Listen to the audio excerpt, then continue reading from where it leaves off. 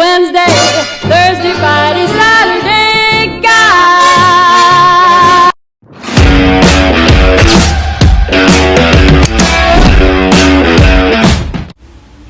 It's Monday, the start of our busy week.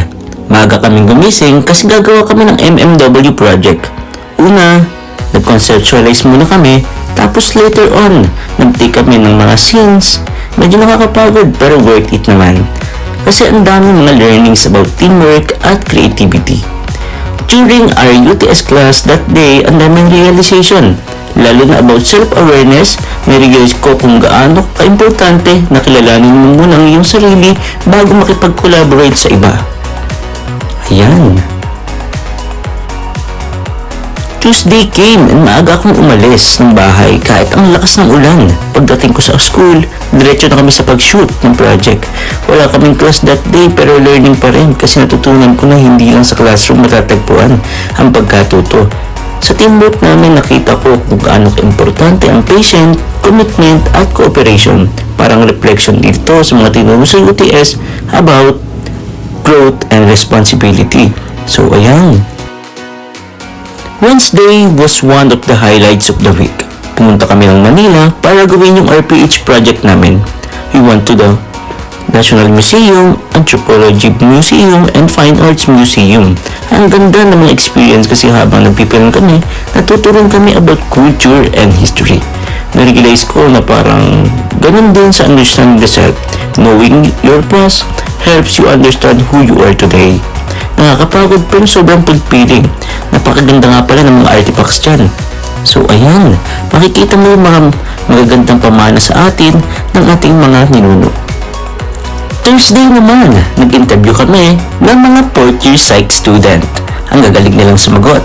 Nakaka-inspire. Ang dami kong natutunan sa kanila na nakatulong sa paggawa ng project namin sa Introduction to Psychology. After that, may UTS class ulit kami with Sir Justin. Sobrang helpful ng mga lesson niya kasi related talaga sa real life situation na nakonect ko yung mga discussions sa daily life, lalo na sa pag-handle ng emotion at pag-intindi sa sarili. So yun. Friday was another productive day. Wala kaming klase pero tinapos namin ang mga project namin sa school. Kahit nakakapagod, masaya kasi nakita ko yung effort at teamwork ng bawat isa sa buong linggo. Na-realize ko na bawat araw ay matutunan ako. Hindi lang sa academics, kundi sa personal growth din, the experience truly helped me understand myself better. So ayun, yun ang nangyari sa akin. Dito naman, pauwi na kami. At nakarating na nga kami sa bahay ng aking kaklase. Ito yung bahay nila. This week taught me that understanding myself is the first step toward improving how I connect and work with others. Through every activity and challenges, I realized that knowing your strength, emotion, and limits help you grow not just as a student but as a person.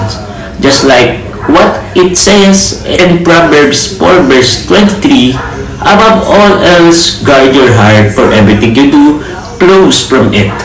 It reminds me that self-awareness begins with understanding and protecting what's within us, our thoughts, emotions, and intentions, because these shape who we are and how we live. This week also reminded me that self-awareness is the foundation of personal growth. It taught me to reflect on my actions, manage my emotion, and understand my purpose. Through the lessons in UTS, I realized that knowing yourself deeply helps you build better relations, make wiser decisions, and face challenges with confidence. What's a soulmate?